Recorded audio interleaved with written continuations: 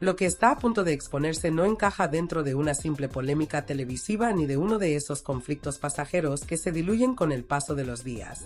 Lo que emerge aquí tiene un peso mucho mayor, una carga que mezcla escándalo, estrategia y una forma de actuar que, cuanto más se analiza, más incómoda resulta. Han salido a la luz conversaciones privadas, intercambios de mensajes, audios y notas de voz que implican directamente a Cristina Cárdenas y a una antigua redactora relacionada con el desaparecido formato Socialité. Y lo verdaderamente inquietante no es solo el contenido en sí, sino la intención que parece esconderse detrás de cada palabra. Desde el primer momento, el tono de lo que se escucha genera una sensación extraña. No es una conversación espontánea entre dos personas que comentan la actualidad, sino algo mucho más calculado.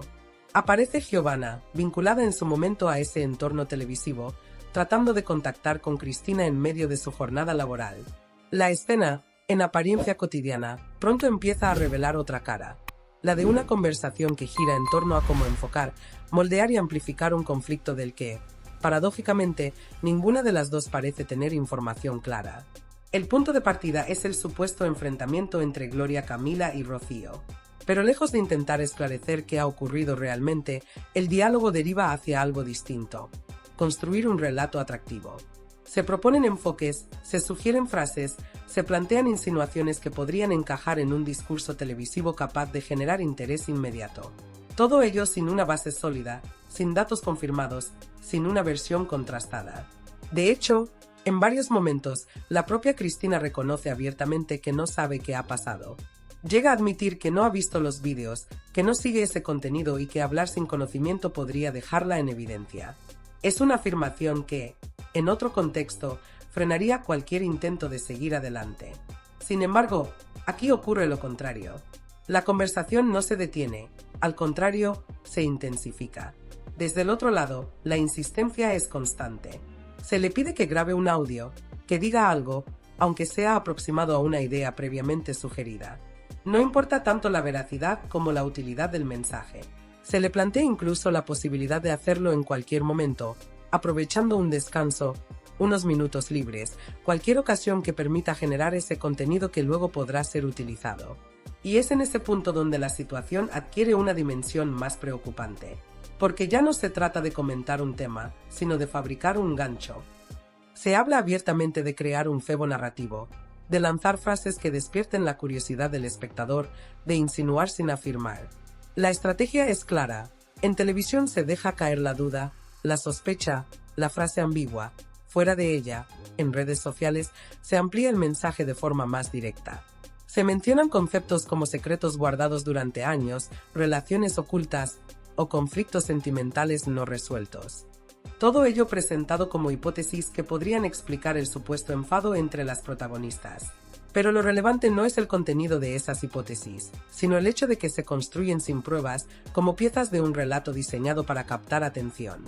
En uno de los fragmentos más reveladores, se llega incluso a dictar cómo debería formularse ese discurso. Se ofrecen frases concretas, estructuras que podrían funcionar en pantalla, ideas que, con las palabras adecuadas, tendrían el impacto deseado.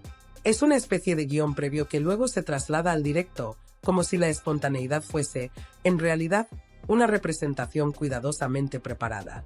Mientras tanto, Cristina mantiene una postura ambigua.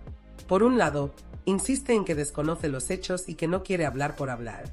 Por otro, escucha, recibe indicaciones y no corta de raíz la dinámica. Esta dualidad añade todavía más complejidad a la situación, porque deja entrever hasta qué punto la presión o la inercia del propio sistema pueden empujar a participar en este tipo de dinámicas. A medida que se profundiza en el contenido de los mensajes, lo que en un inicio podía parecer una conversación aislada comienza a transformarse en algo mucho más evidente, casi sistemático. Ya no estamos ante simples sugerencias lanzadas al aire, sino frente a un proceso que se va desnudando paso a paso, mostrando una intención clara y sostenida en el tiempo. No se plantea una única versión de los hechos, ni siquiera se intenta sostener una línea coherente basada en información contrastada. Todo lo contrario, se abren múltiples vías, diferentes relatos posibles, matices que pueden adaptarse según convenga en cada momento. Es una construcción flexible, moldeable, pensada no para reflejar la realidad, sino para maximizar el impacto.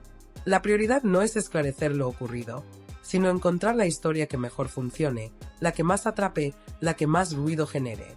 En ese contexto, emerge con fuerza otro elemento que resulta fundamental para entender el engranaje completo: la conexión entre los formatos televisivos tradicionales y el ecosistema digital, especialmente las redes sociales. No se trata de dos mundos independientes, sino de un sistema interconectado que se alimenta constantemente. En televisión se lanza la chispa, la insinuación cuidadosamente medida, la frase ambigua que deja margen a la interpretación. No se afirma nada de forma directa, pero se siembra la duda. Y esa duda no se queda ahí, sino que encuentra su desarrollo en plataformas como TikTok, donde el contenido se expande sin las mismas limitaciones, con un tono más directo, más explícito, más agresivo si es necesario. De esta manera, el espectador deja de ser un simple receptor de información para convertirse en parte activa del proceso. Se le empuja, casi de forma inconsciente, a buscar, a investigar, a completar los huecos que se han dejado deliberadamente abiertos. Es un tránsito calculado, de la televisión al móvil, del comentario insinuado al vídeo revelador, de la curiosidad a la implicación. Y en ese recorrido, la historia crece, se transforma y adquiere una dimensión mucho mayor de la que tenía en su origen. Lo más inquietante es que este funcionamiento no parece improvisado ni fruto del azar. Todo encaja con una precisión que sugiere planificación.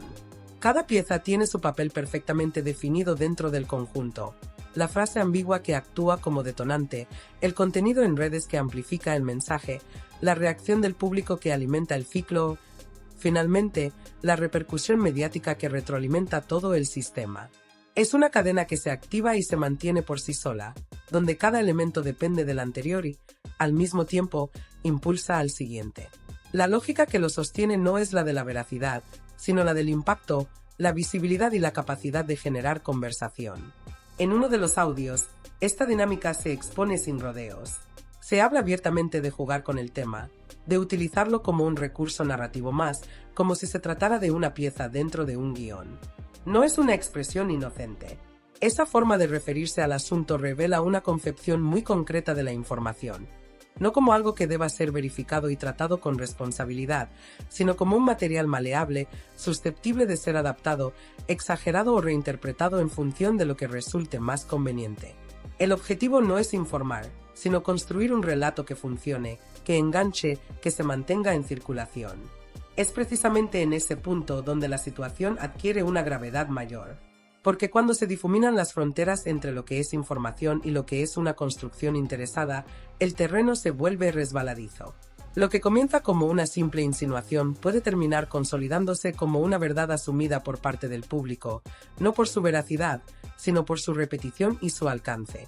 Las personas implicadas dejan de ser sujetos de una noticia para convertirse en personajes dentro de una historia que no han escrito, que no controlan y que, en muchos casos, puede no corresponderse con la realidad. A lo largo de toda la conversación hay un patrón que se repite de forma insistente y que resulta especialmente revelador: la falta absoluta de certezas.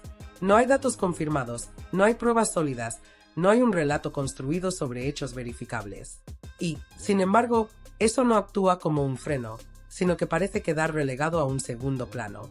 La ausencia de información no detiene el proceso, sino que, de alguna manera, lo facilita. Permite rellenar los vacíos con hipótesis, con insinuaciones, con construcciones que, aunque carezcan de base, resultan atractivas desde el punto de vista narrativo. Esta indiferencia hacia la veracidad es, quizá, uno de los aspectos más preocupantes, porque revela que el motor de todo este mecanismo no es la búsqueda de la verdad, sino la necesidad de generar contenido que funcione, que capte atención, que mantenga al público enganchado. La historia, en ese sentido, se convierte en un producto más, en algo que debe ser atractivo, dinámico, capaz de evolucionar y de sostener el interés en el tiempo, independientemente de su fidelidad a los hechos. El resultado de todo este proceso deja una sensación difícil de ignorar. No se trata únicamente de lo que se dice, sino de todo lo que ocurre antes de que ese mensaje llegue al espectador. De quién decide el enfoque, de cómo se construyen las frases, de qué se omite y qué se enfatiza. Es un trabajo previo que permanece oculto, pero que condiciona por completo la percepción final. Y ahí es donde surge la verdadera pregunta: ¿hasta qué punto lo que se presenta responde a la realidad y hasta qué punto es el resultado de una estrategia cuidadosamente diseñada? Lo que finalmente queda sobre la mesa no es solo un conjunto de audios o mensajes filtrados, sino la exposición de una forma de operar que, una vez revelada, resulta imposible pasar por alto. Más allá de los nombres propios o de los conflictos concretos, lo que realmente impacta es el sistema que se dibuja detrás. Una estructura en la que la verdad pierde peso frente a la capacidad de generar ruido, de provocar reacción, de mantenerse en el foco mediático. Y es precisamente esa maquinaria la que deja una huella más profunda. Porque no se limita a un caso aislado, sino que refleja una dinámica que puede repetirse, adaptarse y reproducirse en distintos contextos. Una dinámica en la que la información se transforma en espectáculo, en la que el relato importa más que el hecho, y en la que el límite entre lo real y lo construido se vuelve cada vez más difuso, hasta el punto de que, en ocasiones, resulta prácticamente imposible distinguirlos.